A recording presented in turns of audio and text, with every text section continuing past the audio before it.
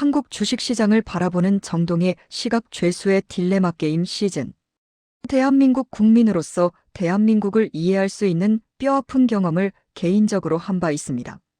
그런데 결론부터 말씀드리면 이중성이 교차된다고 먼저 말씀드리고 그 세부 사항을 하나씩 짚어보겠습니다. 순서는 외적으로 볼 때, 내적으로 볼 때 국가 차원, 내적으로 볼 때 기업 차원입니다. 외적으로 볼 때 제2차 세계대전 이전 지형으로 독일이 통독을 통하여 돌아갔다면 대한민국은 사실상 유일하게 제2차 세계대전 이전 지형으로 돌아가지 못한 국가입니다. 중국도 그런 성격이 있는데 한국과 다른 점은 일종의 내전을 거치며 결과적으로 원차이나가 되지 못했다는 점에서 다릅니다. 한국은 제2차 세계대전 막바지, 연합국은 한반도의 독립을 약속 1943년 카이로 회담했으나 1945년 8월 10일경 소련군이 한반도 북쪽으로 진주하기 시작하자 미국은 한반도 전체가 소련의 영향권에 들어가는 것을 막고자 했습니다. 당시 미군 대령딘 러스크, 찰스 본 스틸들이 한반도에 급하게 38선을 경계로 획정했고 소련이 이를 받아들이면서 38선이 분단선으로 설정되었습니다. 1945년 8월 24일 소련군이 38선 이북을, 9월 8일 미군이 38선 이남을 점령하면서 군정이 시작되었고 이 경계선은 이후 남북한에 각각 다른 정부가 수립되는 단독정부, 수립 1948으로 이어져 분단이 고착화되었습니다. 즉, 남북분단은 우리 민족의 의사와 무관하게 2차 세계대전 전후 처리 과정에서 냉전의 시작과 함께 미소의 전략적 이해관계에 의해 설정된 38선에서 기원했다는 측면에서 중국과 배경 자체가 근본적으로 다릅니다. 왜 이렇게 주식시장을 바라보는데 이 문제를 깊게 살펴보냐 하면 지정학적 리스크가 타의적이었고 그 말은 수동적 변수였는데 이제 그 성격이 달라지고 있다는 점을 말씀드리고 싶기 때문입니다. 근본적으로는 다르지만 일종의 분단국가의 아류 형태인 중국 상황이 바뀌어 미중 격차가 줄어들어 혹시나 동아시아 긴장 국면이 나타나더라도 초기 전황이 엇비슷하게만 나타나도 그 이전의 예상 전쟁 시나리오 결과와 달라졌다는 걸 군사전략 측면에서 의미하고 있다고 저는 해석하고 있는 바입니다. 그렇게 볼 때 한국의 지정학적 리스크에 대한 디스카운트 접근은 제한되어 보인다가 외적으로 볼 때 왜 소주제 결론이 되겠습니다. 내적으로 볼 때 국가 차원, 외적으로 볼 때 앞서 서술한 바처럼 지정학적 리스크가 줄어들고 있는데 문제는 내적으로 볼 때 국가 차원의 리스크는 더 증가하고 있다는 게 저의 분석입니다. 이 리스크를 제가 이해 쉽게 별칭을 붙였는데 돌팔이 정치 리스크라고 명명하겠습니다.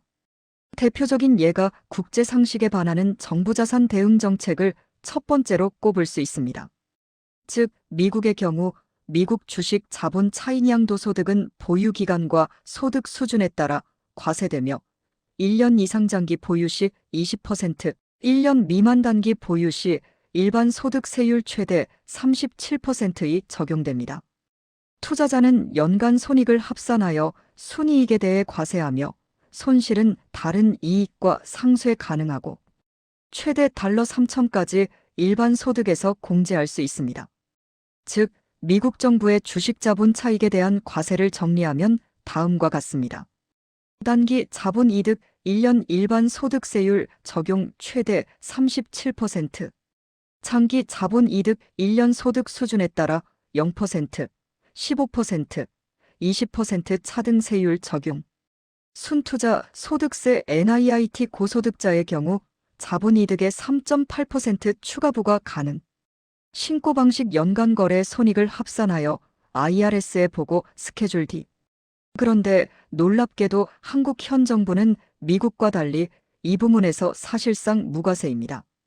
그러면서 부동산은 미국 과세보다 더 독한 매우 이율배반적인 이중성을 현 정권이 특히 더 보여주고 있는 바입니다. 그런데 저의 분석 관점에서 보면 결국 유동성 버블의 같은 차원으로 접근해야 하며 차라리 유동성 버블의 자산 순환 형태 고리를 차단하기 위해서는 현 정부와 다른 부동산 정책만이 유효하다고 보는 입장입니다.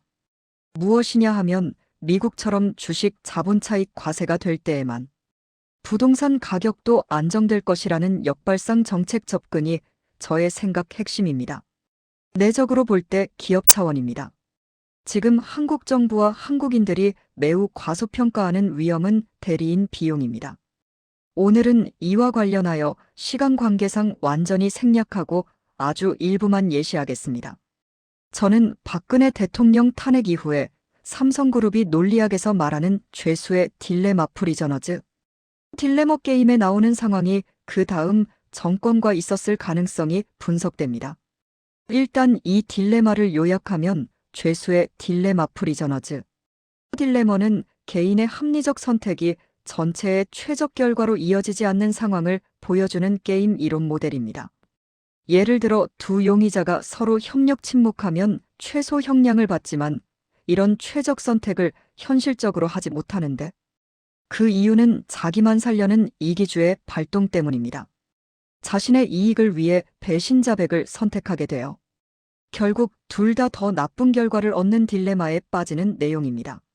이 딜레마가 한국 정치 경제 상황에 어떻게 변형되냐 하면 이전 권력자는 더 심하게 처벌받고 반대로 그때 그 권력에 아부했던 기업은 그 희생을 바탕으로 덜 처벌받는 식의 패러다임으로 변형됩니다.